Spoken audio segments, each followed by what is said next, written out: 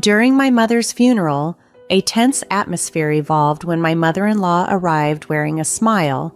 She casually mentioned that my home would now belong to her son.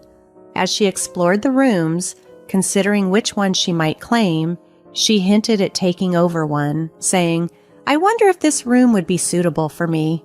I politely corrected her, explaining that I was the one inheriting the house. Unperturbed, she argued that since I was married to her son, essentially, everything I owned also belonged to him. "So, in a way, this house is my son's, right?" she said with a grin. Her insensitivity to my mourning was stark, as she cheerfully suggested we start getting along better, implying a move-in was imminent. My frustration grew as she seemed oblivious to my grief. "Why bring this up now? Can't you see this isn't the time?" I thought to myself. This house, filled with cherished memories of my parents, felt threatened by her unreasonable claim. Amid these challenges, I recalled my journey. I'm a 44-year-old who had almost given up on marriage after turning 41. But life took a surprising turn when I met Brian, my now husband, who is 5 years my junior. We connected through a mutual acquaintance, and he always respects my views, including our discussions on where to spend our honeymoon. Although he initially suggested Europe, he happily agreed to my preference for the Maldives when I brought it up. However, complications arose when my husband mentioned his mother's desire to live with us due to his father's declining health. Despite understanding her difficulties, we had agreed before marriage that we wouldn't live together. I reminded him of this, and he promised to discuss it with his mother. Throughout these interactions, it became clear that I needed to stand firm to protect my family home from becoming just another asset claimed by my mother-in-law. My husband, recognizing my concerns, agreed to support me in ensuring our home remained a sanctuary, untouched by unwanted intrusions. Meeting a wonderful person always brings joy, yet there's a pang of regret that haunts me. My father passed away 4 years before I got married. He never saw my wedding, nor could I reassure him about my future. My father was a disciplined executive at a small to medium-sized enterprise. I admired him deeply for his dedication and ability to provide for our family comfortably despite the modest scale of the business. This respect only deepened as I began my career as an office employee, understanding firsthand the challenges of the workplace. 3 years into my marriage, my mother also passed away. During these difficult times, my husband was incredibly supportive. "Are you okay? Maybe you should rest a bit," he'd suggest, always looking out for me during the funeral which we held at our family home. Unlike many modern funerals which are held in facilities, we had ours at home, maintaining a personal touch. At my mother's funeral, I was comforted by my husband's presence, grateful for his understanding and care. However, the mood shifted when my mother-in-law Sandra arrived. She expressed her condolences, which I acknowledged with thanks. Our relationship had been cordial but distant, as we hadn't lived together and only interacted occasionally. During the funeral, Sandra approached me, and her demeanor seemed unusually cheerful, which felt out of place. She thanked me for helping with the funeral, noting how smoothly everything went because of my efforts. Then, quite abruptly, she said, "The funeral is over now, isn't it? Let's drop the formalities." I was initially taken aback, having thought her earlier kindness was genuine. She then began commenting on how splendid the house was. Despite my protests about some areas being untidy, she dismissed my concerns with a wave, saying, "Don't fuss over the details." Then, boldly stepping further into the house, she declared, "My son will inherit this house. I wonder if I should take this room." I hesitated, trying to process her words and intentions, but it was clear that her earlier compassion was merely a facade. Her true intentions, to lay claim to my family home, were now starkly apparent. During a tense conversation at my family home, I reminded my mother-in-law that I was the one inheriting the property. With a smirk, she responded, I know your parents had no other children and a wife's belongings are her husband's, right? So this house essentially belongs to my son, doesn't it? Her comment left me exasperated as I questioned the legitimacy of her claim. With unsettling cheerfulness, she suggested, "From now on, let's get along better," and confidently announced her plan to convert one of the rooms into hers. Alarmed, I asked, "Does this mean we'll be living together?" Without any hesitation, she confirmed, "Exactly. With such a beautiful house, it'd be a shame to leave rooms empty when two people can comfortably live here. Plus, I won't have to take care of my husband all by myself." This conversation occurred shortly after my mother had passed away, and my mother-in-law's insensitivity only fueled my growing frustration. Why would she make such comments during such a sensitive time? Just then, my husband overheard our exchange and intervened. "Mom, what are you saying? This isn't the right time for such discussions," he scolded.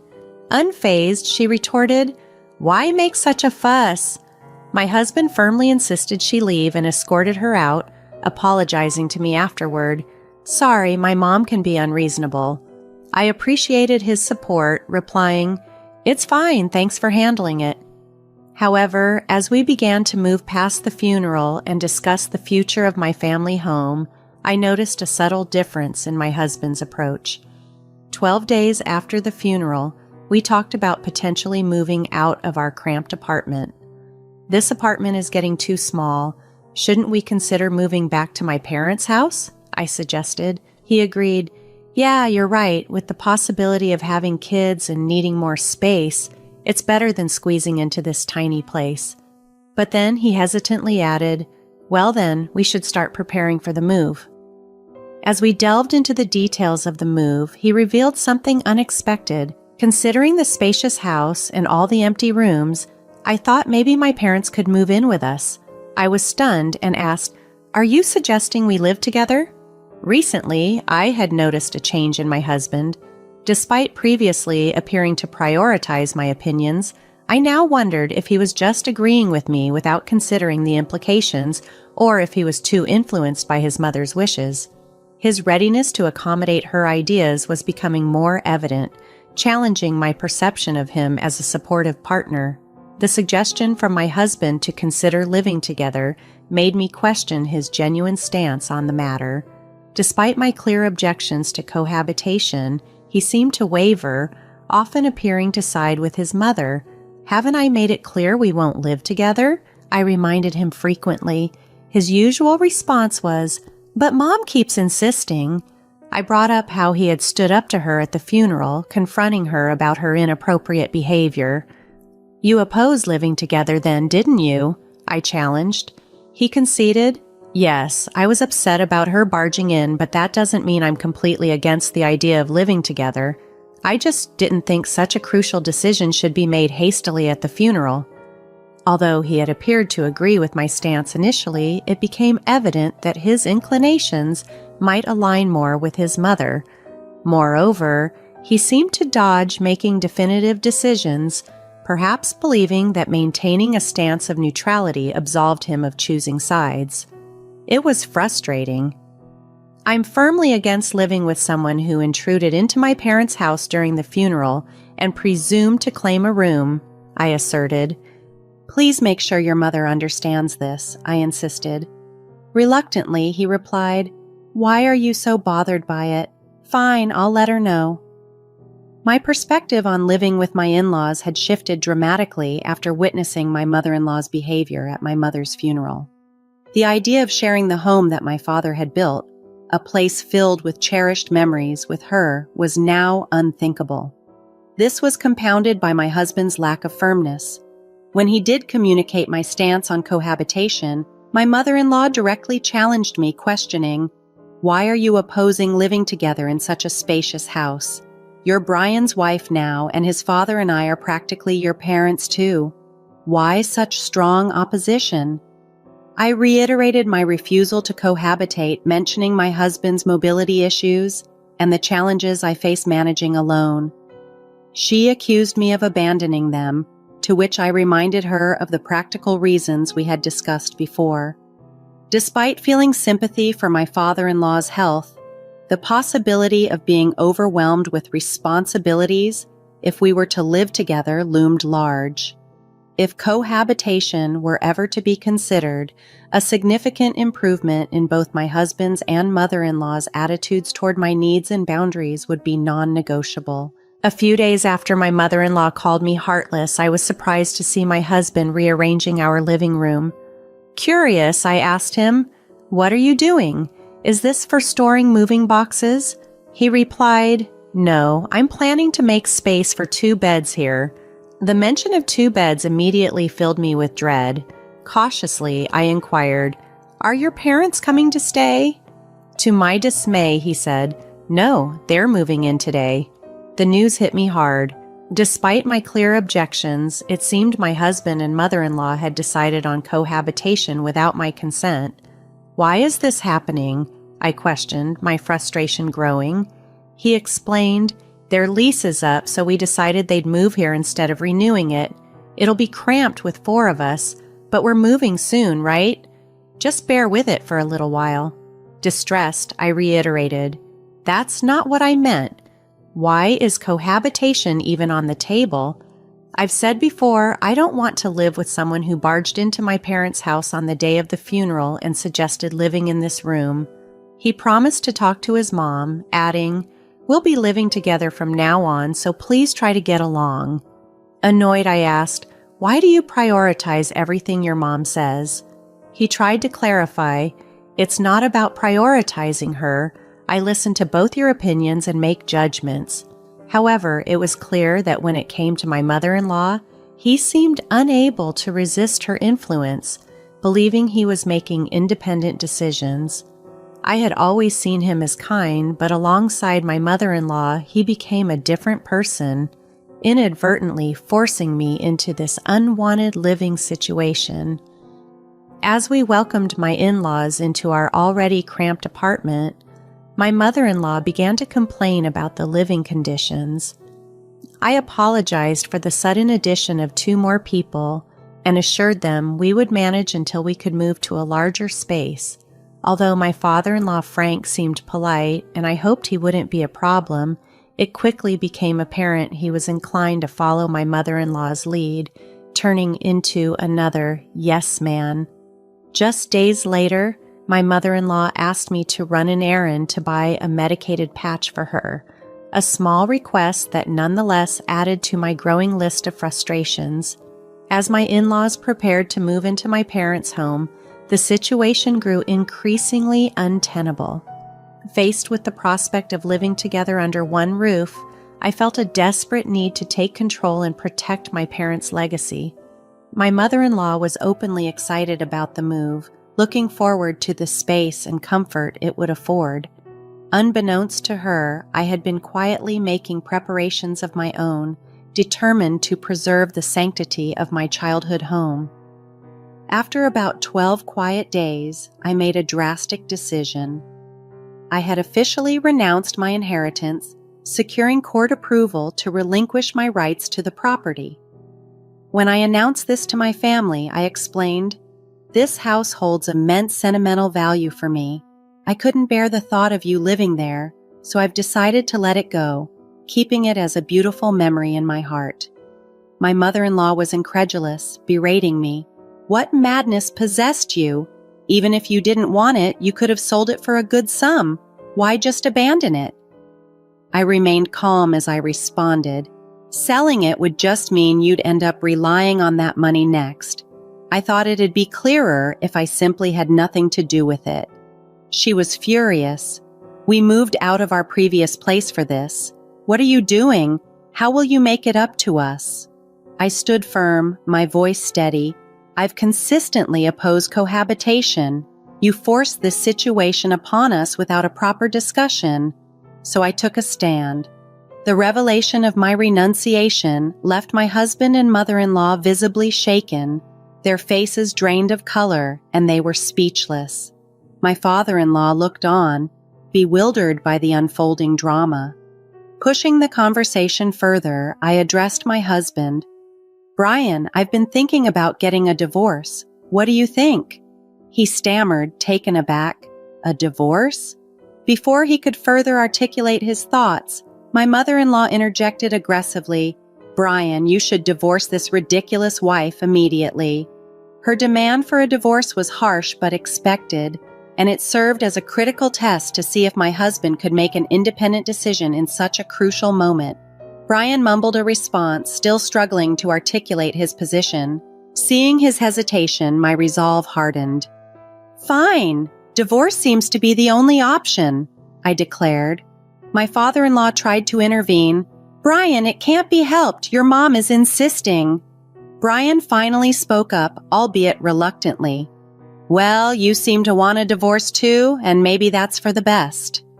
Even in this pivotal moment, it became clear that my husband, along with his father, remained unable to stand up to my mother-in-law's dominant will, always defaulting to her wishes in even the smallest decisions.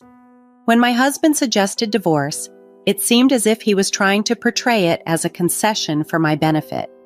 Resigned yet determined, I declared, "Very well, let's proceed with the divorce." I planned to move out with just a few essentials. That night, I stayed in a budget hotel, knowing urgent tasks awaited me. The following day, I took a half day from work and went back to the courthouse to manage these matters. A few days later, my mother-in-law called, clearly agitated. "What's going on? It seems that house is now becoming yours. Why this sudden change?" she demanded, likely having learned of the situation through the estate division process. "Yes, the house is mine," I affirmed. Accusations flew from her side. "You forged documents and deceived us." I responded calmly, "Why would I forge documents meant for court submission? Those are genuine." "Then why is the house becoming yours when you were supposed to renounce the inheritance?" she pressed. I explained, "Well, right after I submitted the renunciation application, I withdrew it. Renouncing an inheritance is indeed difficult once accepted, but it takes about a month for the application to be processed, during which it can be retracted. The documents I showed were from the application stage. I intentionally led you to believe I had relinquished the house and used the threat of divorce to gauge reactions and decide my next steps." I had not expected my mother-in-law's mindset to change, but I had hoped my husband would show some sign of not wanting the divorce. If he had expressed reluctance, I planned to reconsider and later clarify the situation about the house. However, things had progressed differently.